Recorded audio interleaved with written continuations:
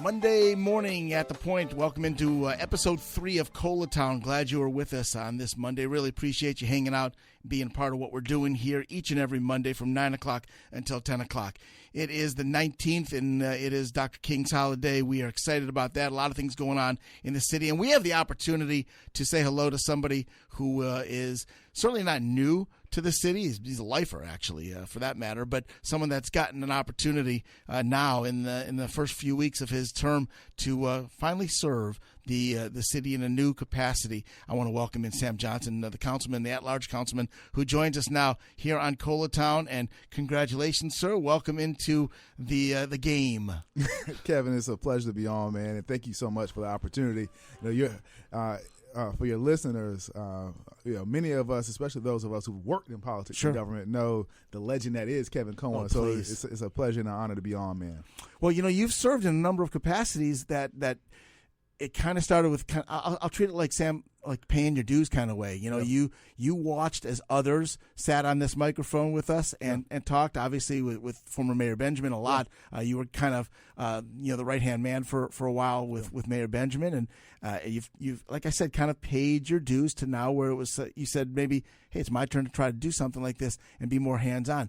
Take me through the decision to try to run, because I mean it's not something that you do lightly. It's something where you talk with spouse and family, and you really make a decision because it affects the whole family. Oh, 100%. We've got a 10-month-old, now an 11-month-old and a 5-year-old, and so especially with a young family, we have to be a team. We have to make sure that this is something that we could take on as a family. To your point, and truly, be in a place to do it and do it the right way.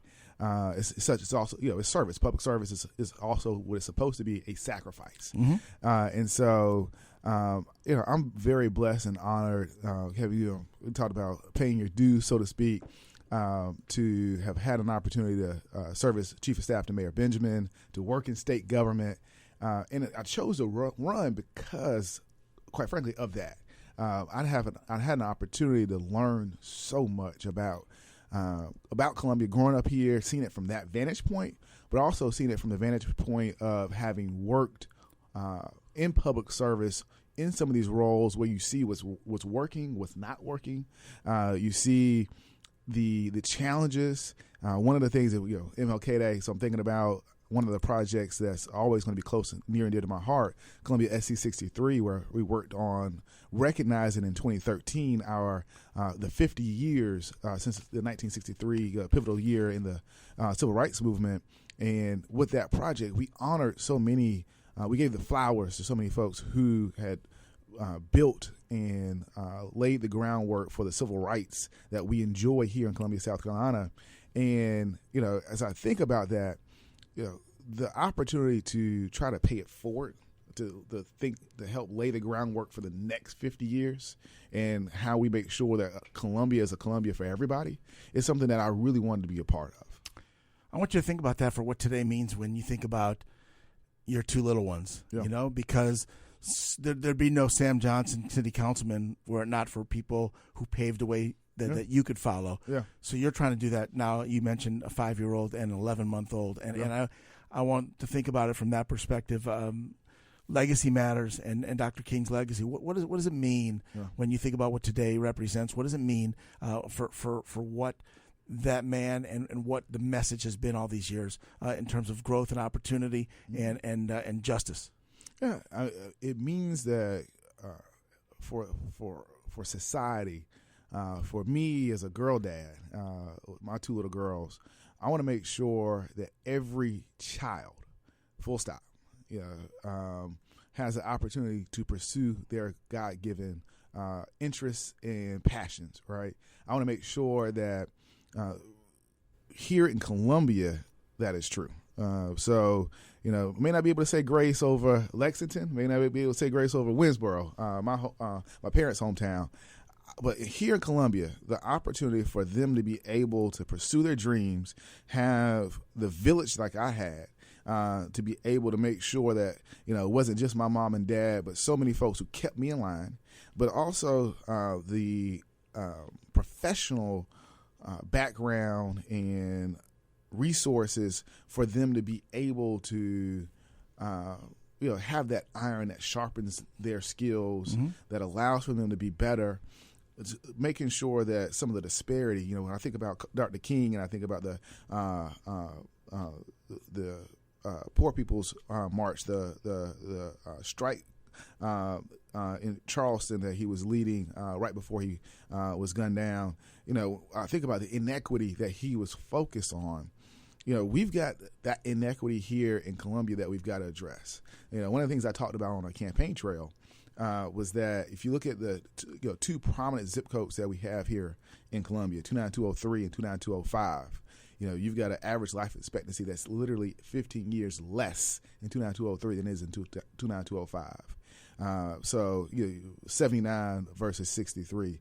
We've got to make sure that we address that, and that comes from a health perspective. And when you look at the average home value in 29205 being double that in 29203, sure, we've got to make sure that we are tackling the generational wealth component there. And I see my role, my 4 years of public service that the citizens of Columbia have granted me as an opportunity for me to help tackle that. How do we drive that inequity and create more parity, create more opportunity, and make sure that those two little girls are living in Columbia where that sentence is true.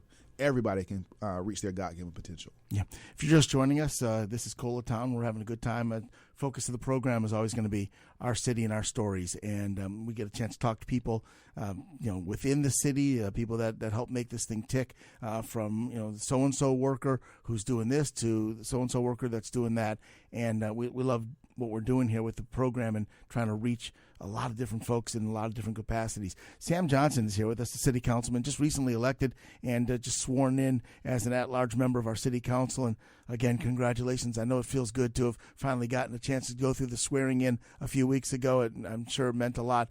Campaigns are hard. They are. Yeah, they campaigns are. are hard. I'm 3 weeks in, man. Yeah. It's grueling and sometimes not too friendly, and it's challenging, but the reward now is you get a chance to serve. So got about 90 seconds here in this first segment. Let me ask you this. First things first, what's the first thing that comes to your mind when I say to you, not so much what's broken, but what's your calling? What is on the city council that you think you can impact? Yeah, and I think, honestly, what I just mentioned, the inequity that we have here. Right. Columbia, there shouldn't be two Columbias. So... That's interesting.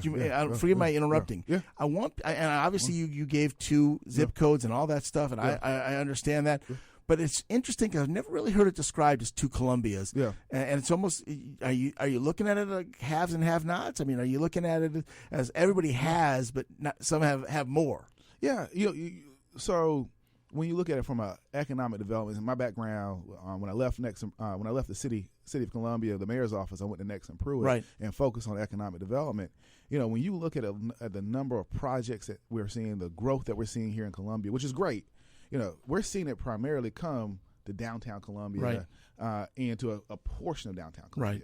Right. And so you have to acknowledge if you've been blessed with an opportunity to serve, and you're seeing what's happening at a macro level here in Columbia, then you have to notice and make sure that all of your citizens are able to participate. We're going to come back. Segment 2 going to be here on ColaTown. Our guest in studio is Sam Johnson. He is our councilman. We're glad you're with us as we continue On the Point.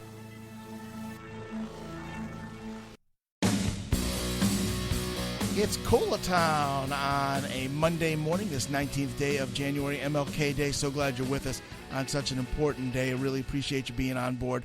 And we asked and we got, and he is in here with us for a little while longer, Councilman Sam Johnson, who is, I guess, one of the newest members of our city council, a few weeks into the term, and really, really appreciate that you are here with us, especially on a day of such significance. So thank you for making time during all the different things that are going on to commemorate Dr. King Day. So we were talking before we hit the break about some of the things that might not be right that you can work on to try to make them better in the city of Columbia. I wanted to give you a chance to finish up on that because we had to get to our break. But I also then want to talk about all the things that are going, because there's a lot of good things that are going on in our community. And I want to focus on that, and I try to focus on the positive anytime I can. And there's a lot more positive than negative, I think. Oh, absolutely. So, but it's not so much even negative as much as it's just we recognize that something needs work, and you have taken it upon yourself to say, hey, this is going to be one of my causes. Yeah, absolutely. You want to make sure that you're always doing that self-reflection, as a person, but also as in this role as a city, right? And so when you notice, for example, some of the challenges that we've had, we're a southern historic older city, right? So when we talk about infrastructure, for example, one thing that's citywide is that we have old pipes, old infrastructure that has to be replaced. Years ago in my days in the mayor's office, we entered into a consent decree with the EPA because we've got to make sure that we're making the investment to improve, as many cities did during that period of time. But even to this day, we're still, as a city, having to commit millions of dollars every year to improve our infrastructure. And, as I talked about before the break, one of the things that I want to see over the course of these next 4 years, I want to be able to lay the groundwork for, no pun intended, is improving not only the development and the growth for all of Columbia so that everyone benefits, but also I want to make sure to note that importantly includes infrastructure. So, when we start talking about water and sewer, some of the things that aren't sexy, some of the subterranean infrastructure that we have to have, some of the growth, some of the housing, some of the challenges that we have such inequity that we have to tackle. One of the things I talked about during the campaign was the 20,000 home deficit that we have here in Columbia. And one of the things that also a lot of folks talked to me about was affordability and what's driving that affordability. Well, if you look at supply and demand, the deficit of housing that we have here certainly helps drive up costs. Sure right? does. Yeah. And so, we've got to make sure that we're tackling that deficit, that we're providing the homes and we're providing the atmosphere, the environment, so to speak, for more water taps, right? For more growth and for the Columbia that we want to see. So those are some of the things I really want to focus on. See, and I see that gap almost as not so much a negative but a positive, as an opportunity. Yeah. As one of the things that the mayor, he comes on with us on a pretty regular basis is he talked about the fact that I guess we're getting about 28 new people coming to the Midlands on a daily basis, average-wise. Yeah. We have an opportunity to say, hey, listen, no knock on cities around Columbia, no knock on other parts of the Midlands, but we got a lot of place here that if you just want to invest, if you just want to grow with us, we'd love to have you. And I see that as another opportunity of a lot of these older lots that even have houses that need to be demolished and new started, but even ones that are already existing that we just need to make sure we are using properly. I see a lot of opportunity versus, not that you were trying to be negative, but you were pointing out an issue of something that we haven't done well. You're spot on. Yeah. We haven't done well. But now I see it as, okay, well, let's turn the negative to a positive. 100%. And that's one of the things I think we've done a great job on over the last 4 years. When I look at the city's efforts to revitalize, rehab some of the housing that exists, take some of these vacant lots to provide pathways to home ownership. Right. I think that is a tremendous feather in our cap. And, as we look to add density to, provide even more opportunities, recognizing that, Kevin, I can be a little competitive. Certainly, I guess you don't get into elected office without being a little competitive. Yeah. We are the premier city in South Carolina for a reason. We're the capital city for a reason. So, when I look at, all the things that you just mentioned, plus affordability, right? So, we're a cheaper market than Charleston and Greenville. Yeah, absolutely. While being the capital city, you can afford to own a home here and have a pathway to home ownership. One of the things I would add to what the mayor mentioned is, the business growth, the business climate that we have here right now, where we have more folks starting businesses, more companies locating here. It is a tremendous time to be in Columbia. Yeah, I look at that as such an exciting moment because one of the things I talk about here on ColaTown is let me just pick one event like a Soda City. Yeah. Okay, you see the growth of something like Soda City and how it's grown and how every time Lainey and I go down there, we feel like we're walking through New York or something, or something like that. Yeah. But the point is, Sam, as much as it's grown, you can't help but to run into 3 or 4 people that you know. Yeah. And that's the thing that I love about Columbia is that despite the growth, it's still got the feel of you're still going to run into somebody whenever you go downtown, whenever you go to a Carolina game, whenever you go to a festival, whenever you do something, with the King Day at the Dome, whatever it is, you're going to run into people that you've known forever. And so I love that about Columbia. And so, I'm all about growth, but I'm not about growth to the point where we lose that feel of running into your neighbors. Kevin, I love the way you said that. I almost wish we were recording this because that, to me, is how I would describe Columbia. We are a capital city, an amazing place to be. We're not a small city. I want to push back on those who say that we're a small city. We're not a small city, but we have that small city feel where you can go up and down your main street on a Saturday morning and enjoy it and see your friends, your neighbors, and folks. But also, I remember one Saturday I was there with my daughter, my 5-year-old, and I just made the assumption that some folks, it was a group of ladies, that they were there from somewhere within the four corners of Columbia or maybe the Midlands, and they told me, "Hey, I'm here on a girls' trip. Right. We're from out of town. We heard about this being one of the best farmers markets, to come visit." And as I look at Bull Street, as I look at the riverfront, as I look at Finley Park now, all the elements, over the next few years, I see us reimagining the vista. Certainly, I think we're going to see a new reimagined 5 Points over the next few years, as well as we see more growth happening in those pockets. Certainly, some DOT is doing on Divine Street and going to be doing on Millwood. We're talking about corridors that drive the fabric of Columbia, drive the cultural fabric of Columbia. And, when I think about being able to use our greenways and be able to walk from Main Street, walk through Finley Park, to be able to get down to the river and see a developed riverfront, that's a game changer. Just a couple of things you mentioned I think we should focus on for a sec, just because of the fact that these are high-five worthy moments for the city. And these are moments that some people a while back said, not going to get there. Yeah. Finley Park, you've got the little ones now. Yeah. You can feel safe taking your children to Finley Park. And a couple of years ago, you wouldn't have been able to say that. Yeah. I grew up, my kids now are both in college, but we used to absolutely, Sam, go there. All those shows on the Saturday nights where there would be Saturday night concerts and things like that. We would grab Grandma and Grandpa, take the 2 kids, stop over, get some food, do a picnic, set up the blankets, and just go. And we missed that so much once we felt like it wasn't really safe to go. Now we've been to Finley Park 2 times since it opened in November. Yeah. And I'm telling you, the energy, the buzz, the excitement, the neighborly approach, everybody talking to everybody else, it's like night and day, and it's amazing. It's such a great accomplishment for the city, and what an entryway into the city. Shout out to Todd Martin, city's Parks and Recreation architect, who planned and designed the park. It is phenomenal. It is a feather in the cap for our city, as it should be. It's a crown jewel park for our city.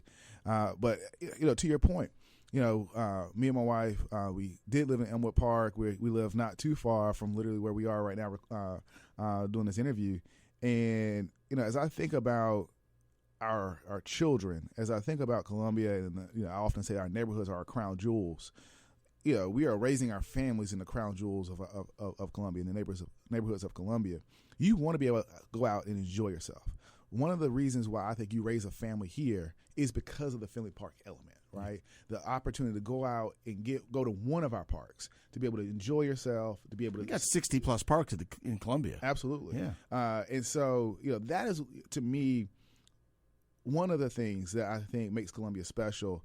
But now to have that in proximity to our riverfront. So you think about Main Street, Finley Park, our riverfront being within walking distance of each other.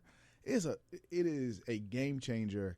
And to your point, Kevin, one of the things that people have often thought, hey, is this going to ever happen? Right. Finley Park, one of them. Riverfront development also would be, probably a close second. Right, and I'm looking at that. I'm thinking about what's going to happen with the revitalization where the ballpark was, where the Bombers used to play and all that, and now that's on the verge of announcements coming and things like that. We're pretty excited about that. But then you even look at something like with what's going on with Bull Street, and you see Gather, and you see stuff like that, and it's still a lot of years. But that project was supposed to be like a 29-year project at first. Yeah, I get that, and I know that with Mayor Benjamin's administration, that was something you guys worked on so closely to make it happen, and now it's each piece is starting to fall together, and like Gather's packed on a regular basis. That's the food court, for everybody that doesn't know what we're talking about, that part of the Bull Street district.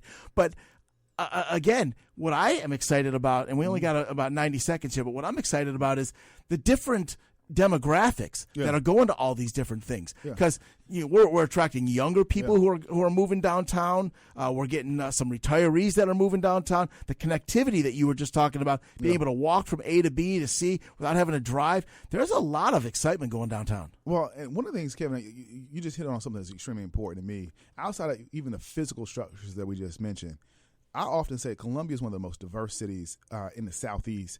Definitely the most diverse in South Carolina. Sure. And to me, all of what we just talked about, if you go up and down Soda City on a Saturday morning, if you go to Finley Park, or if you go and walk through Bull Street now, you see that diversity on display, and that's what it's supposed to be. I mean, you're supposed to be able to enjoy Columbia and watch and see your neighbors who look like the world. Able to enjoy Columbia as well. I'm so glad you came in. Congratulations again on the election. You're going to do great things for our city, and I appreciate you. No, absolutely. Likewise, Kevin. Thanks for having me, man. Thank you so much. Sam Johnson joining us here, the councilman with us here on a Monday morning. ColaTown on an MLK Day. So glad you were a part of it. Thank you.